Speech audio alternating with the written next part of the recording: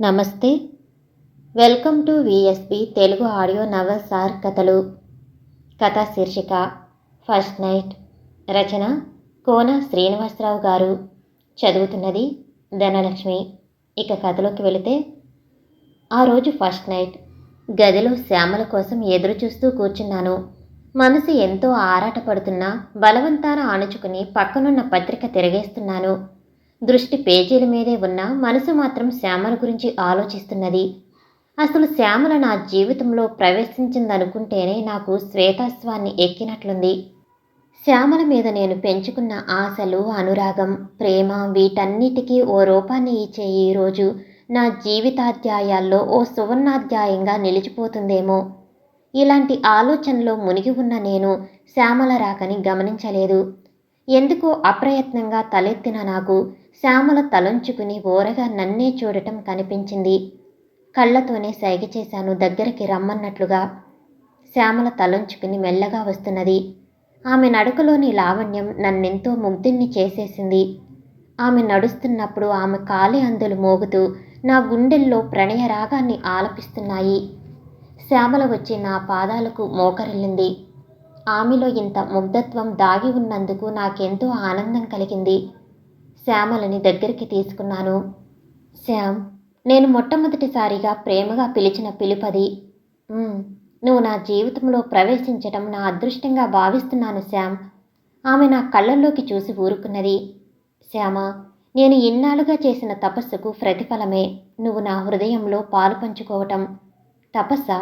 అవును. నేను నమ్మను అన్నట్లుగా చూసింది నన్ను. నిజం శ్యామ్, కావాలంటే ముందు దీన్ని చదువు అంటూ దిండు కింద ఉన్న డైరీని తీసి ఆమె చేతికిచ్చాను. ఆత్రంగా మరెంతో కుతూహలంగా దాన్ని అందుకుని మొదటి పేజీ తిప్పింది. రామకోటిలా రాసి ఉన్న శ్యామ్ అనే పదాన్ని చూసి ఆశ్చర్యపోయింది. ఆమెలో కలిగే మార్పు, ఆమె హృదయంలో చెలరేగే భావాలు నిశితంగా ఆమె కేసి చూస్తున్న నేను మరింత ఉత్సుకతో సాధ్యమైనంత వరకు అర్థం చేసుకోవటానికి ప్రయత్నిస్తున్నాను. కొద్దో గొప్పో సైకాలజీ మీద రీసెర్చ్ చేసిన నేను ఆమె చదవటం మొదలుపెట్టింది. మార్చి 27 ఉగాది. ఈరోజు ఉగాది ఉదయం పూట మామూలుగా బజారుకు బయలుదేరాను. ఖచ్చితంగా వీధిలోకి వచ్చేటప్పటికి ఎదురుగా ఓ అమ్మాయి వస్తున్నది. 17 ఏళ్ళు ఉండొచ్చు. చాలా అందంగా ఉన్నదామె. ఆమె అందాన్ని చూసి 4 క్షణాల పాటు తెప్పరిల్లలేకపోయాను. ఆమె అందాన్ని చూసి చంద్రుడు సిగ్గుపడిపోతాడేమో. క్రీగంట చూస్తూ నన్ను దాటిపోయిందామె. ఆమె చూపు నాలో అనేక భావాల్ని సృష్టించింది. నన్ను నేను తమాయించుకోలేకపోయాను. నేను వీధి మలుపు తిరిగేంత వరకు వెనక్కి తిరిగి చూస్తూ నడిచాను. ఏప్రిల్ 3 ఆదివారం. మళ్ళీ అదే వీధి, అదే చోట. అయితే ఈరోజు ఓ ఇంటి ముందు గుమ్మంలో నిల్చుని ఉంది. దాన్ని బట్టి వాళ్ళ ఇంట్లో ఉంటున్నారని అర్థమైపోయింది నాకు. ఆమె వైపే చూస్తూ నడుస్తున్నాను. ఆమె ముఖంలోని వర్చస్సు, ఆమె శరీరంలోని నాజూకుతనం, కళ్ళల్లో ఆకర్షణ, ఆమె చూపులోని భావాలు నన్నెంతగానో ప్రభావితుని చేశాయి. ఆమె కూడా నా వైపే చూస్తున్నది. ఏప్రిల్ 15 శుక్రవారం. ఈ రోజుల్లో పేరు తెలుసుకోవటం ఏమంత కష్టం కాదేమో. పేరు శ్యామల. 3 అక్షరాలు. 3 క్షణాల పాటు ఆమె నా కళ్ళల్లోకి చూసింది. 3 అక్షరాలు, 3 క్షణాలు, 3 పదాలు, 3 వాక్యాలు, 3 భావాలు కాదు, కోటి భావాలు నా హృదయంలో జనించాయి. ఇంటర్ చదువుతుందట. ఆ రోజే నా హృదయం శ్యామలని ఆరాధించటానికి నాంది పలికింది. ఆమెని బాగా స్టడీ చేయటం మొదలుపెట్టాను. ఏప్రిల్ 26 మంగళవారం. శ్యామ్, నీ కనుబొమ్మలెలా ఉన్నాయో తెలుసా? ఇంద్రధనుస్సులా తీర్చిదిద్దినట్లున్నాయి. అందమైన ఆ కనుబొమ్మలు, వాటి మధ్యగా ఎర్రటి తిలకం. ఓ, నీ అందానికి మరింత మెరుగులు దిద్దుతున్నది. మే 9 సోమవారం.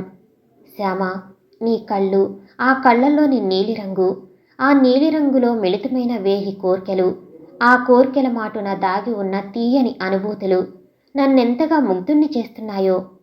అరవిచ్చుకున్న నీ కళ్ళు అరవిందాలు శ్యామ. నిజం, అవే నన్ను మరింత ఆకర్షితుణ్ణి చేస్తున్నాయి. విశాలమైన నీ కళ్ళల్లో నా రూపం చూసుకోవాలని నాకెంత తహతహగా ఉందో తెలుసా? రెపరెప అల్లార్చుకునే నీ కనురెప్పలు నీకు వింత అందాన్నిస్తున్నాయి శ్యామ్. మే 20 శుక్రవారం. ఈరోజు శుక్రవారం. అందుకే శ్యామ్ తలంటు పోసుకున్నట్లుంది. పొడవుగా నల్లగా ఉన్న ఆమె జడ తాచుపాములా ఉంది. వదులుగా వేసుకున్న జడలో మరిన్ని మల్లెలు తురుముకుంది. నల్లటి కేశాలు, తెల్లటి కుసుమాలు, తెల్లటి శరీరం, మరింత చల్లని హృదయం. ఇలాంటి జడ శ్యామలకు మరింత అందాన్ని చేకూర్చింది. జూన్ 11 శనివారం. శనివారం కావటాన అలవాటు ప్రకారం గుడికి వెళ్ళాను. ఆశ్చర్యం! క్యూలో నా ముందు శ్యామల. నాకు చాలా సంతోషం అనిపించింది. ఓ పక్క నుంచి ఆమె చెక్కిళ్ళు స్పష్టంగా కనిపిస్తున్నాయి.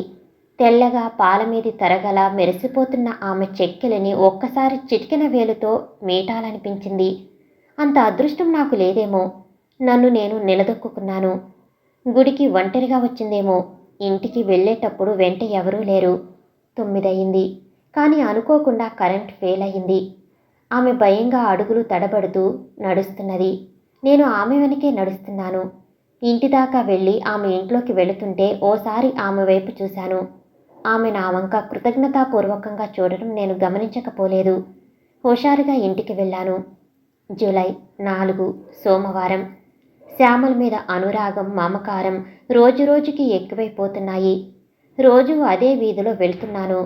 ఏ రోజైనా ఆమె కనిపించకపోతే ఏదో బాధగా ఉండేది. కాలం గడిచిపోతున్నది. అక్టోబరు 18 బుధవారం. 3 నెలల నుంచి శ్యామల కనిపించటం మానేసింది.